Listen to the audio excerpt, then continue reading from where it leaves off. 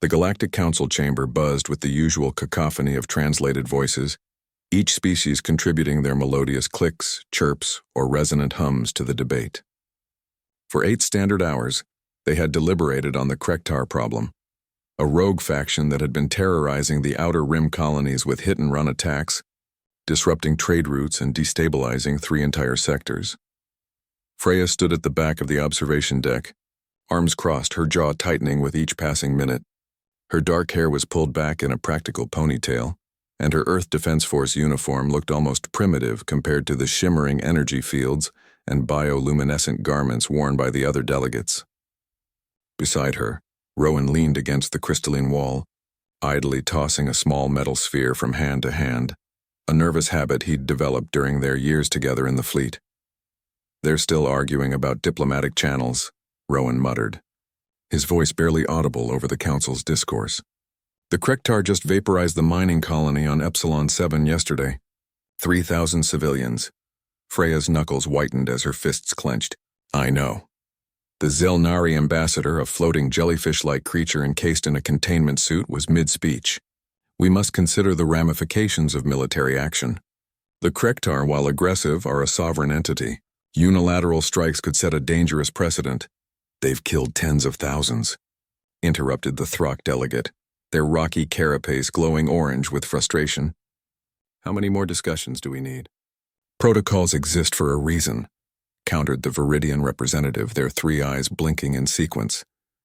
"We have treaties, established communication frameworks. A hasty response could escalate into a sector-wide conflict." Freya turned to Rowan. "How long would it take?" He didn't ask what she meant.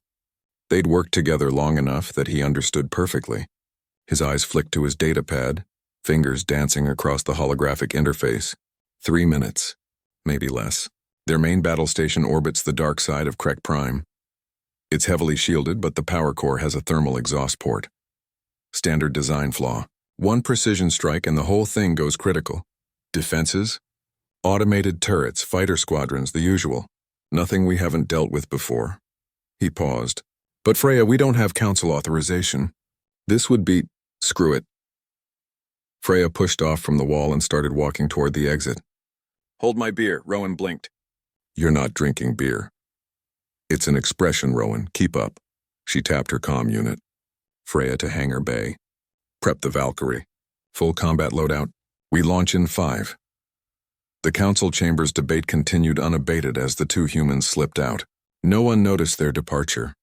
Humanity was still considered a junior member of the galactic community, barely worth observing during important sessions. 4 minutes later, the Valkyrie tore out of the council station's hangar bay, its fusion engines leaving a brilliant streak across the darkness of space. The ship was small by galactic standards, a 2-person fighter bomber that most species considered little more than a scout vessel. But it was fast, maneuverable, and packed with enough firepower to punch well above its weight class. Jumping to hyperspace in 3, 2, 1.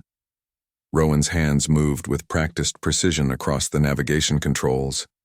Reality twisted around them as the ship slipped into faster-than-light travel. 17 seconds later, they emerged in the Krek Prime system. "Multiple contacts," Rowan called out as proximity alarms shrieked. 37 fighters inbound battle station weapons are locking on. Freya's hands were steady on the flight controls. "Evasive pattern Delta 4. Route all auxiliary power to forward shields." The Valkyrie twisted through a hail of plasma fire. Freya's reflexes, honed by years of combat and enhanced by humanity's peculiar aptitude for violence, pushing the ship through impossible angles. Rowan returned fire, the ship's railguns spitting magnetically accelerated tungsten rounds that tore through Krektar fighters like paper. 15 seconds to weapons range, Rowan announced, his voice calm despite the chaos erupting around them. A plasma bolt clipped their port side and the ship shuddered. Warning lights flashed across the cockpit. Freya gritted her teeth and pushed the throttle forward. 10 seconds.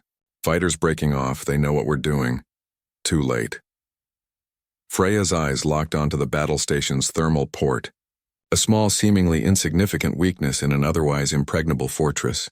Human engineers had identified it within hours of analyzing the Krektar's public schematics, a flaw that the methodical, by-the-book approach of other species had simply accepted as standard design. Missile away. Rowan pressed the launch button. A single quantum warhead streaked through space, its trajectory calculated with inhuman, or rather very human precision. The Krektar battle station's automated defenses tried to intercept it, but the missile's erratic flight path, programmed with deliberate unpredictability, defied their logical targeting systems. It slipped through the thermal port. For a heartbeat, nothing happened. Then the battle station's power core erupted in a cascade of devastating energy. The explosion was visible from 3 systems away, a miniature supernova that consumed the Krektar's primary military installation, their command structure, and their will to fight in one catastrophic instant. All Krektar vessels are retreating, Rowan reported, watching the tactical display. They're broadcasting surrender on all channels. Freya exhaled slowly and turned the Valkyrie back toward council space. Time, Rowan checked his chronometer. 2 minutes 47 seconds. You were right. Under 3 minutes. When they docked back at the council station, the chamber was still in session. The delegates were now discussing the formation of a committee to study potential military options against the Krektar threat. Freya walked in, still wearing her flight suit, and cleared her throat. Every head, appendage, and sensory organ turned toward her. The war's over, she announced simply. The Krektar have surrendered unconditionally.